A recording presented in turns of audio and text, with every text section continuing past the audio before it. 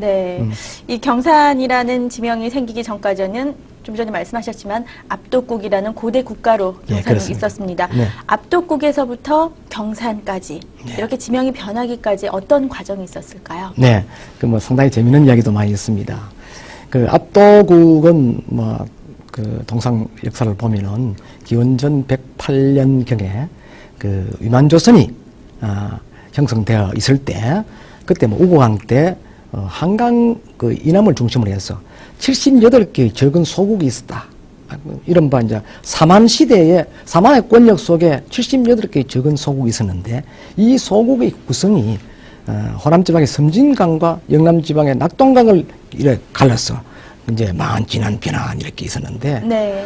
그 당시에 이제 우리 압도국은요, 변한과 진한의 중심부에 속했다 해서 변진에 속한 소국이었다 이렇게 해야 합니다. 네. 그래서 신라가 이제 당시에는 사로국이었습니다. 사로소국이고, 우리가 압도국이고, 지금 청도군이 이제 이서소국이고, 영천군이 이제 골벌소국이다 이렇게 했는데, 네. 이런 주변의 소국들이 이제 우리 경산을 사고 있었죠. 그러던 중에 신라가 기원전 57년에 그 본래 사로국에서 신라라는 그 국호를 가지면서 삼국 통일의 어떤 사만일통의 그 야심을 가지게 된 것이죠.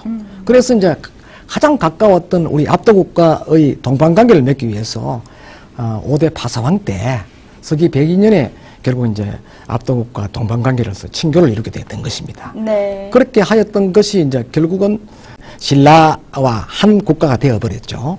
그러면서 이제 서기 그 642년에 그 김유신 장군이 그 압독주의 군주로 오게 되었습니다. 당시는 선덕 여왕이 재임 중에 있었는데 그 앞전에 그 백제에 의해서 지금 합천 지역에 있던 대야성이 백제에서 함락이 되었습니다. 그 당시에 군주 또는 그 주군이 누구였더나 하면은 후대 구대 태종 무열왕이 되었던 김춘추의 그 사위인 김품석 장군이 거기에 군주로 있었죠. 있었는데 백제에 의해서 이제 전사를 하고, 심지어 그 아내인 고타소까지도 그 목숨을 잃었습니다. 이런 그 일로 인해서 김춘추는 시리에 차 있었고, 선덕여왕도 몹시 가슴을 아파했다는 것이죠. 그래서 일단 탈환을 해야 되겠다 해서 김유신 장군을 군주로 보내서 경산 지역에서, 지금의 경산 지역에서 군사를 양성하였는데, 지금도 당시에 훈련하였던 훈련장이 모두 3개소가 있습니다. 사적 218호로 이제 이렇게 지정이 되어 있는데, 거기 가면은 당시 흔적을 고스란히 볼 수가 있죠. 그러니까 거기서 김유신 장군이 그 압독주, 과거의 압독국의 그 젊은 청장인들 뭐 이렇게 모아서 군사 훈련을 했죠. 해서 신라의 기존에 화랑 들어가고 합세를 해가지고 그 대야성을 탈환했습니다. 네. 예, 대야성을 탈환하고 난 그 후에 백제에게 빼앗겼던 나머지 7개 성도 모두 그 탈환을 하게 된 것이. 그 이후에 태종 무열왕이 등극하면서 그 직전에 그 태종 무열왕의 둘째 아들인 김인문 선생이 그 압독주의 그 총관으로 왔습니다. 그런데 총관으로 와서 그 어른이 그 장산성을 쌓았는데, 이 장산성을 쌓았다고 해서 무열왕이 친히 시급 300호를 그 총관에게 하사했다. 자기 아들에게 이제 하사했다. 그런데 그때 결국 그 압독주에 있는 사람들, 청장년들, 이분들이 군사가 되어서 그 무열왕과 같이 백제에 들어가서 백제를 정벌시켰다. 그러니까 결국은 백제를 정벌시켰던 주역은 바로 압독인들이라는 것이죠. 지금의 경산의 선인들이라는 것입니다. 네. 그러니까 신라 삼국 통일은 압독이 했죠. 그러니까 백제를 함락시키고 연이어서 그 고구려를 함락시키게 되는데, 최종적으로 그 668년 삼국 통일되기까지 신라군을 강력하게 지원해 주었던 곳이 바로 지금의 경산의 청장년들이다, 또 경산이다, 이렇게 말씀드릴 수가 있고, 네. 그 중에서는 군사 자문을 끝까지 아끼지 않았던 원효 대사의 역할이 컸다는 것이죠. 네. 그래서 원효 대사는 자기가 그 불교를 대성화시킴으로 당신은 소승인데 대성화시킴으로 인해서 신라인들이 모두 전쟁에 참여할 수 있었다는 것이죠. 이런 사상은 원효의 그 무예 사상, 또 화쟁 사상입니다. 화쟁 사상이라는 것은 싸움보다는 말로 소통을 하자. 그래서 이제 지금의 말로 이야기하면 통일된 그런 사상이죠. 그렇게 해서 원효의 그런 사상이 주가 되어서 그 삼국을 통일하게 되었다. 그래서 원효는 자기의 어떤 대성 사상으로 통해서 신라의 청장년들이 모두 죽음의 길로 이룰 수밖에 없었다는 그런 어떤 죄의식에서, 제 개인적인 생각입니다만은, 네. 죄의식에서 전국에 그 설화에는 보면 원효 대사가 창건하였던 절이 모두 87개가 있다. 근데 원효 대사가 40년 동안 성령 생활을 했는데 어떻게 87개를 절을 지을 수 있는가 네. 하는 이야기가 나옵니다만은 네. 이것은 바로 원효 대사가 그 신라 통일을 위해서 목숨을 초기와 같이 버렸던 그런 젊은이들의 영혼을 위로하기 위해서 때로는 그 석굴에서, 때로는 토굴에서, 때로는 조그마한 암자를 지었어. 뭐 이렇게 그 수도하면서 그들의 혼을 위로해 주던 그런 것들이 후대에 와서 그들의 제자들이 큰 절을 짓게 되었던 것이 모두 87개 뭐 몇 개다 뭐 이렇게 되지 않았나 생각을 하고 있습니다. 네. 그러한 그 신라 시대의 역사가 있는가 하면 고려 시대에 와서는 상당히 뭐 암울한 시대였지 않습니까? 그래서 1206년에 이제 이런 선사가 태어나고 난 뒤에 이런 선사가 그 84세에 돌아가셨는데 그때까지 계시면서 청도 또 군이 경산을 오가면서 삼국 유사를 집필했다는 것은 그 뭐 경산만의 영광이라기보다는 세계적으로 큰 그 수확이고 또 그 영광이다 이렇게 말씀드릴 수가 있죠. 네. 그래서 그 삼국 유사는 민족의 사서다.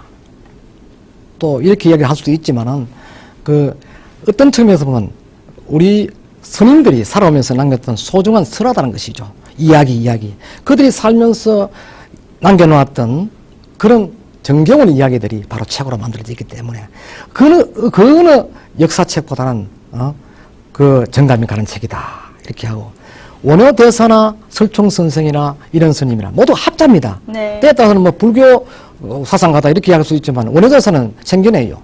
그 120여 부의 책을 썼는데 모두 250권을 썼다는 것이죠.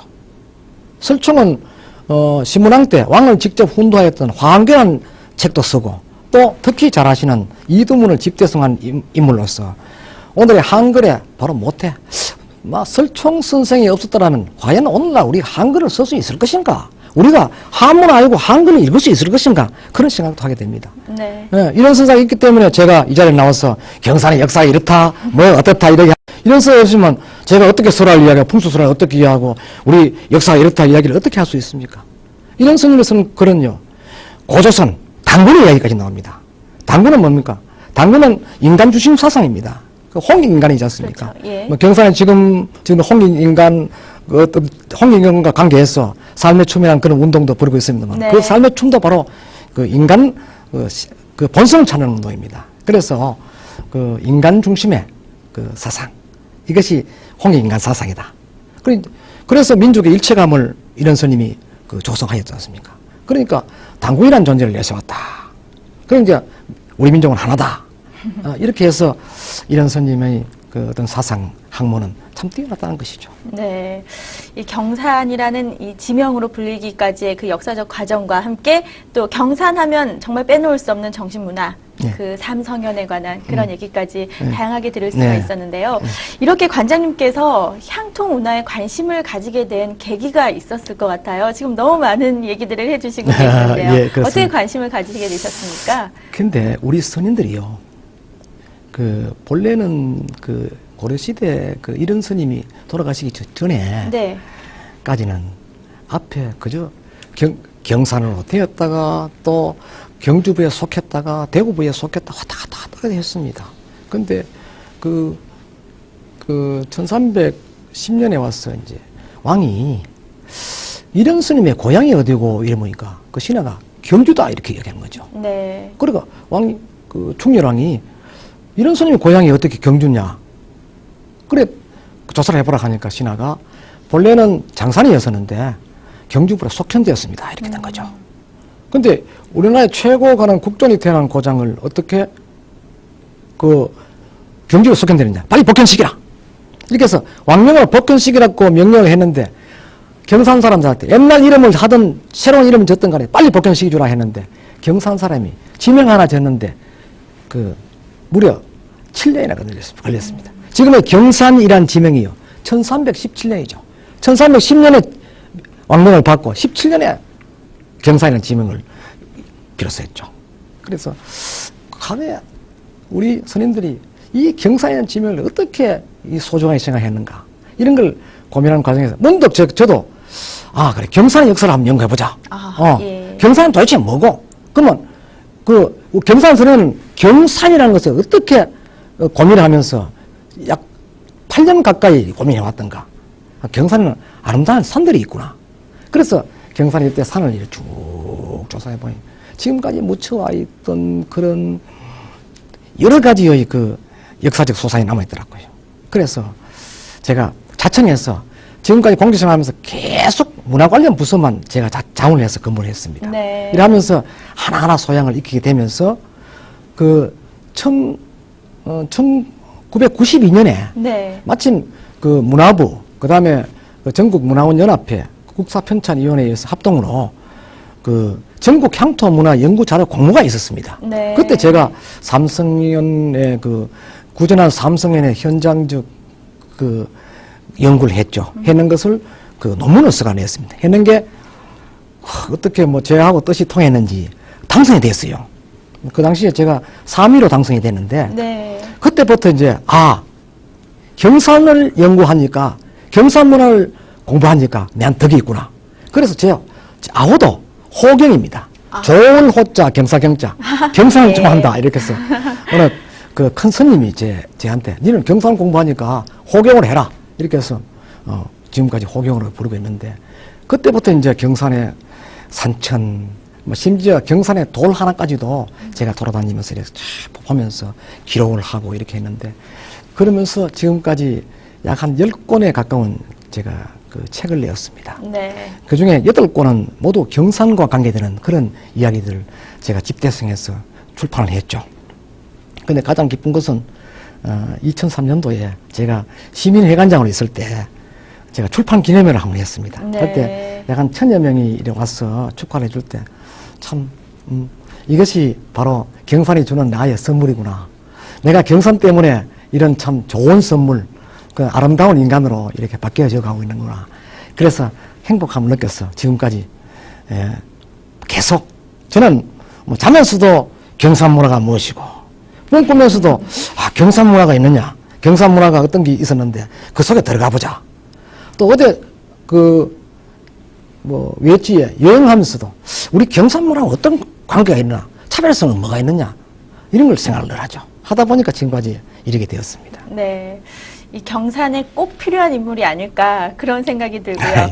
또 관장님 역시 또 경산에 많은 관심을 가지고 있으니까 앞으로 거기에 대한 구체적인 공부 더 많이 하실 것 같다라는 그런 생각이 들 텐데요. 네. 앞으로의 목표와 그리고 계획 말씀을 해주십시오.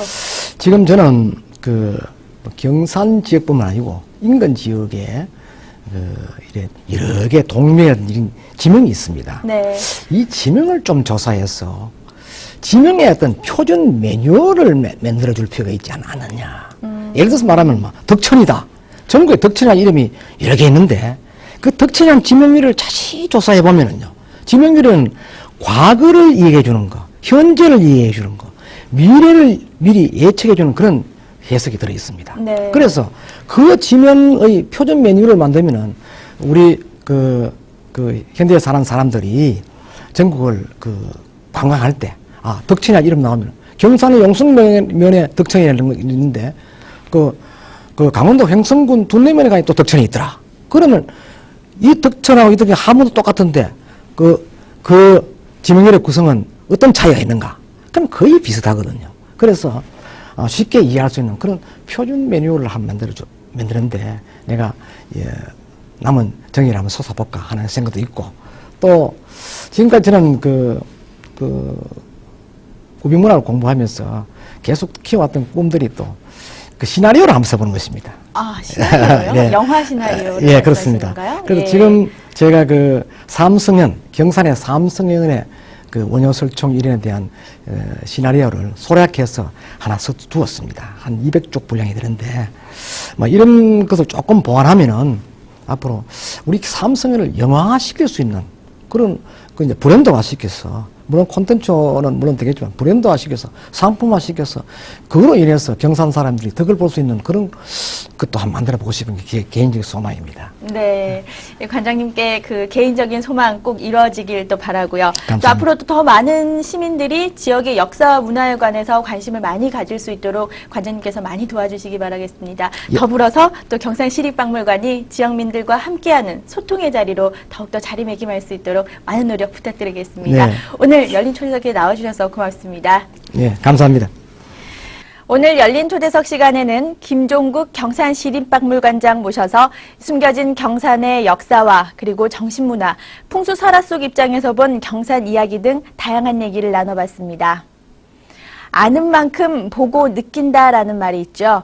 내가 지금 살고 있는 우리 지역의 역사와 그리고 문화를 잘 안다는 것은 결국 나의 뿌리, 우리 민족의 정신과 혼을 느낄 수 있는 길이 아닌가라는 생각이 듭니다. 오늘 열린 초대석 여기서 마칩니다. 시청해주신 여러분 고맙습니다.